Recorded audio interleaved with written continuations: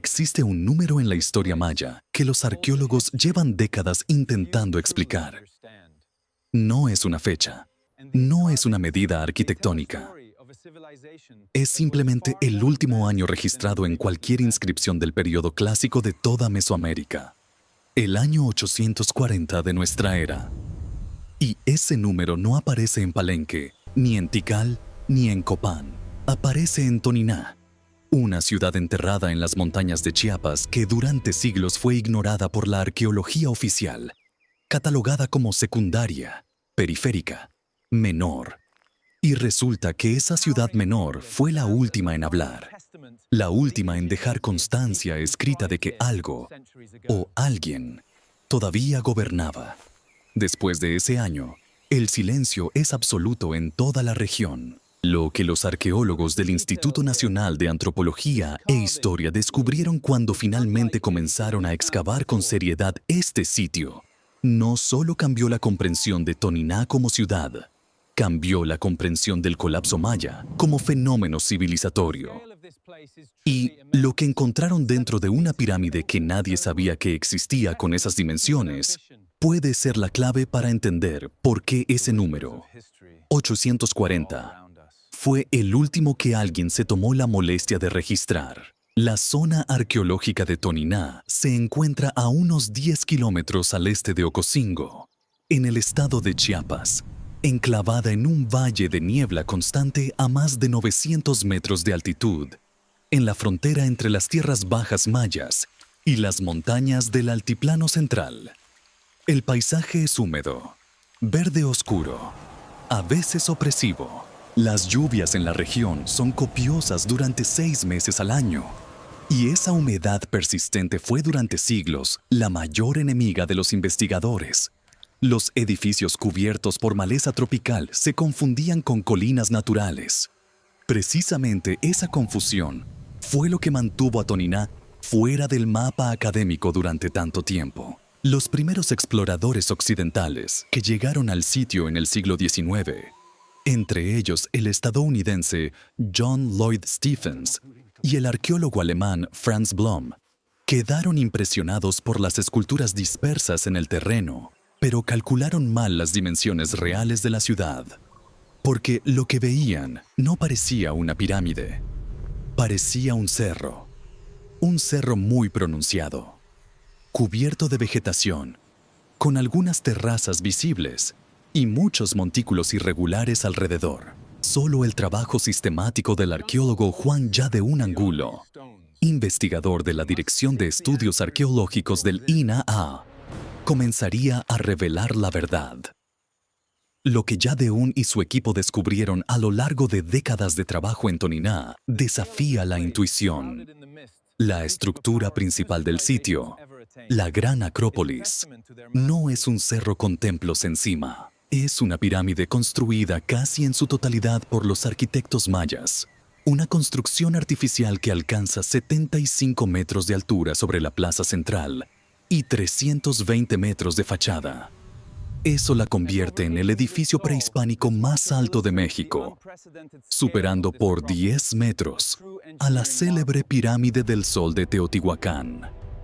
Pero la revelación más perturbadora no fue la altura. Fue lo que el INAH confirmó mediante un mapa tridimensional elaborado en colaboración con el experto Carlos Payán y estudiantes de posgrado de la Escuela Nacional de Antropología e Historia. La ciudad entera es mucho más extensa de lo que cualquier investigador había calculado. El sector noreste, que durante generaciones fue considerado simplemente terreno irregular con vegetación, resultó ser una sucesión de plataformas interconectadas por calzadas artificiales, abarcando en conjunto un área comparable a la de Bonampak o Palenque.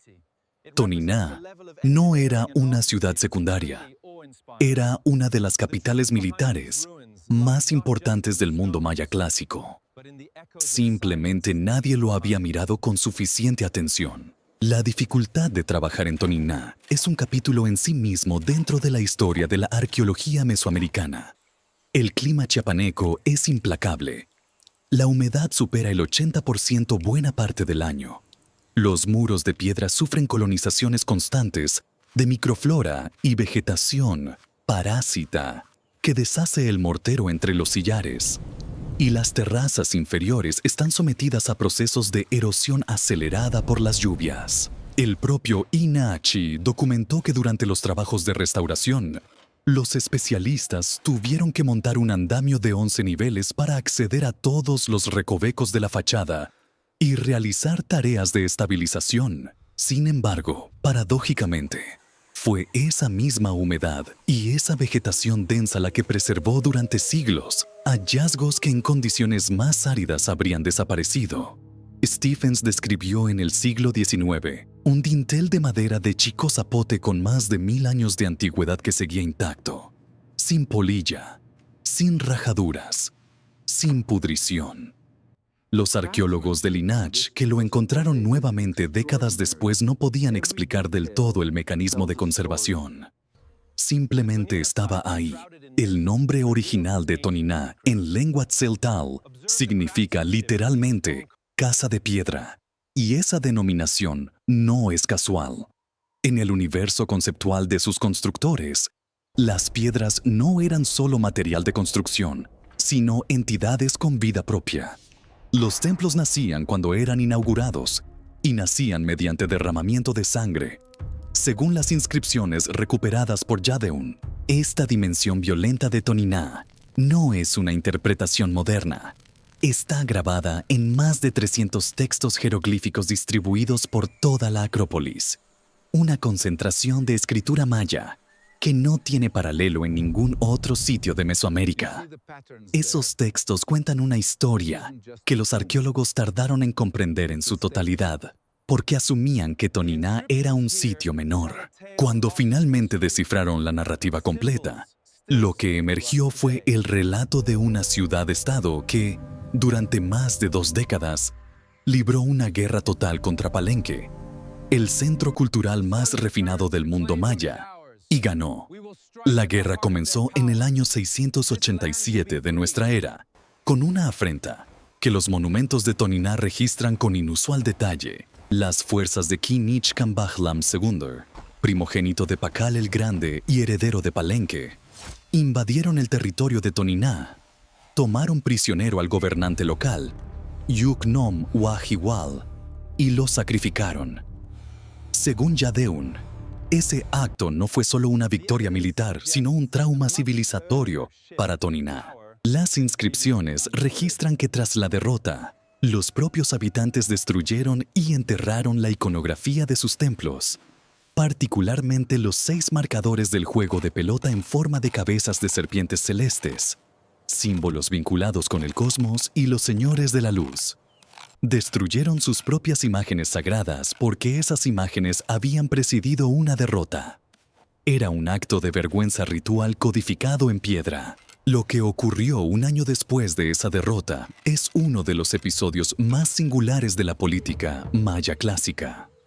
En 688 de nuestra era, los monumentos de Toniná registran el ascenso al poder de Keinich-Baaknal Chaak, y los epigrafistas del INA notaron algo inusual. Este personaje no era miembro de ninguna dinastía conocida. No tenía genealogía real. Era, según todas las evidencias disponibles, un guerrero que tomó el poder por mérito propio en el momento de mayor vulnerabilidad de la ciudad. Yadeun lo describe como un audaz comandante, cuya meta explícita, grabada en piedra en múltiples monumentos, era construir un ejército suficientemente grande para desafiar a Palenque. Lo que hizo en los siguientes 25 años redefinió el mapa de poder del mundo maya. La campaña de Bi'aak Nal Chaak contra Palenque tiene un nivel de documentación arqueológica excepcional, precisamente porque Toniná desarrolló una obsesión particular por registrar sus victorias mediante esculturas de cautivos. La arqueóloga Gabriela González del Ángel, en una investigación desarrollada para la Escuela Nacional de Antropología e Historia y publicada por el INA, demostró que esta práctica no era un símbolo de poderío, sino algo más interesante. Era un mecanismo de legitimación política, producido específicamente en momentos de crisis o cuestionamiento de la autoridad. Las esculturas de guerreros enemigos maniatados, arrodillados, humillados públicamente, no eran decoración. Eran argumentos políticos en piedra para una audiencia local que necesitaba ser convencida de que su nuevo gobernante, sin linaje real, tenía el derecho de mandar. El 4 de octubre de 622, según la inscripción del monumento 178 de Toniná, Baak-nal-Chaak lanzó lo que sus propios textos llaman el arrojamiento de las 9 lanzas afiladas. El nombre no es accidental. Era una respuesta directa y deliberada al nombre que Pakal había dado a su propio palacio funerario. En esa campaña, las fuerzas de Toniná capturaron a Kawil Mo, jefe militar de Palenque, y a Buk, un subordinado directo del rey palencano. Ambos fueron exhibidos en las canchas del juego de pelota de Toniná, primero en vida en los 4 extremos de la cancha, y luego reemplazados por sus representaciones en piedra caliza, con inscripciones jeroglíficas que identificaban su origen y su captor. Los propios marcadores del juego de pelota que habían sido destruidos en la derrota del 687 fueron sustituidos por las efigies de estos enemigos. El ritual del juego de pelota que practicaba Toniná era, según el análisis de Yadeun, literalmente la representación del pasaje del Popol Vuh, en que los gemelos divinos Hunahpu e Ixbalanque destruyen a los señores del inframundo. En Toniná, los señores del inframundo tenían nombre. Se llamaban gobernantes de Palenque. En 711 de nuestra era, Baak-nal-Chaak logró lo que ningún gobernante maya había conseguido antes. Capturó al hijo de Pakal, Kinich Kanjoy Chitam Según, el gobernante en turno de Palenque. Los 9 señores asistentes del palacio de Palenque fueron sacrificados y el gobernante capturado fue retenido en Toniná como prisionero político. Poco después, esculturas en piedra caliza descubiertas en 2011 bajo tierra al sur de la cancha del juego de pelota confirmaron la existencia de una alianza entre Palenque y Copán en Honduras contra Toniná y la derrota de esa alianza. Los cautivos copanecos, identificados por sus inscripciones jeroglíficas como subordinados del señor Cuy Nic Ayau durante el reinado del famoso gobernante 18 Conejo, fueron expuestos como prueba material de que Toniná había derrotado simultáneamente a 2 potencias regionales. El punto de inflexión en la comprensión de Toniná llegó con un hallazgo que el arqueólogo Juan Yadeun comparó públicamente con el descubrimiento de la Reina Roja en Palenque. Un sarcófago de piedra encontrado en la Acrópolis, que data de entre el año 840 y el 900 de nuestra era. Ese rango temporal es históricamente significativo de una manera que pocas cosas en arqueología lo son de manera tan precisa. El año 840 es exactamente la última inscripción maya del período clásico registrada en Toniná, el último dato epigráfico antes del silencio. El sarcófago, de 2 metros de largo por 70 centímetros de ancho, contenía un cráneo con evidencias de deformación craneal, fracturado en varias partes, huesos largos dispuestos en forma de cruz y una olla con tapa que contenía huesos hervidos. El propio Yadeun describió la disposición de los restos como inusual para los cánones mayas. Alguien había empujado los huesos hacia un lado del sarcófago para introducir la olla, como si la tumba hubiera sido reutilizada o alterada posteriormente.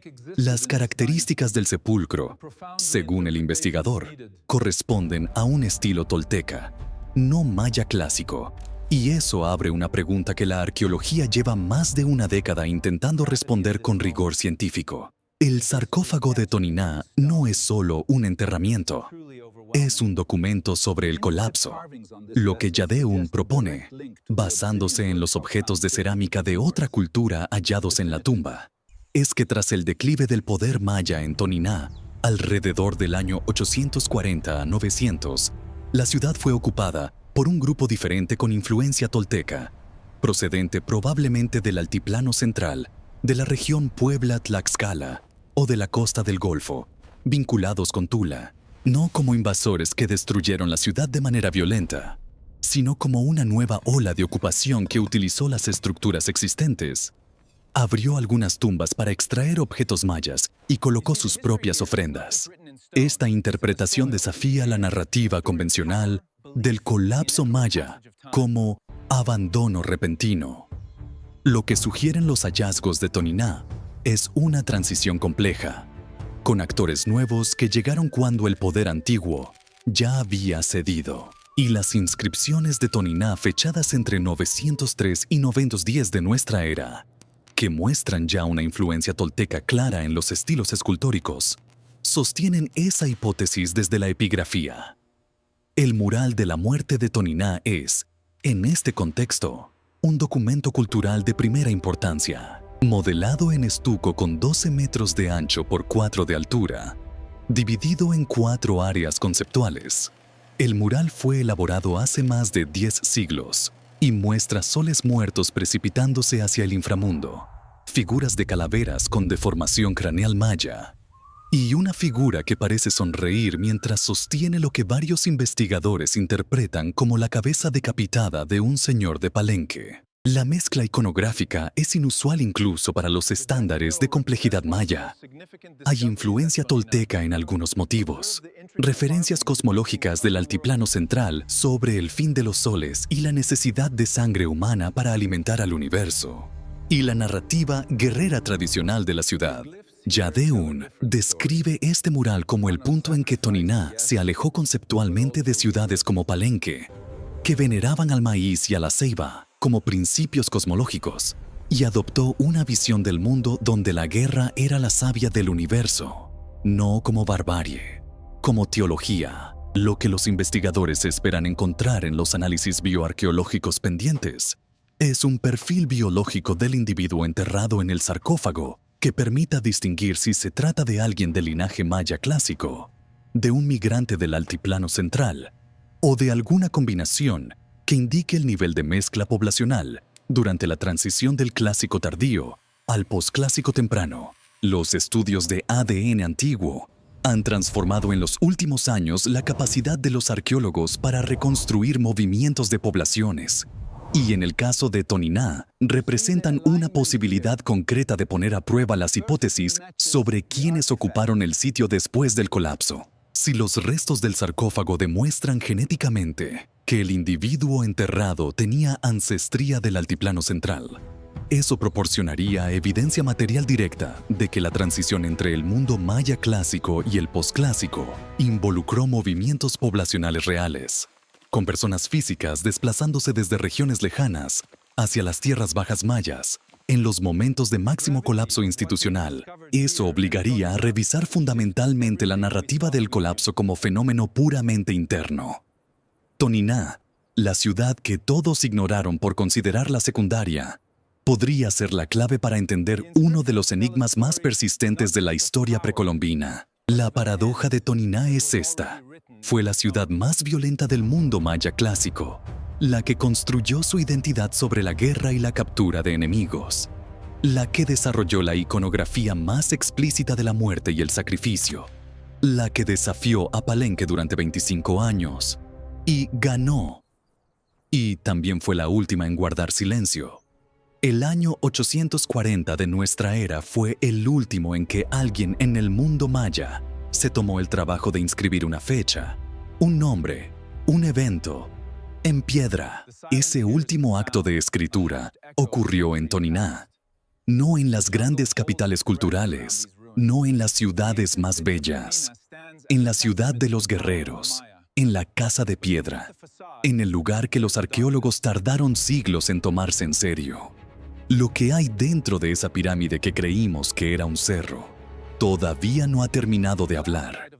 Y lo que diga cuando finalmente podamos escucharlo, va a cambiar mucho de lo que creemos saber sobre cómo terminan las civilizaciones.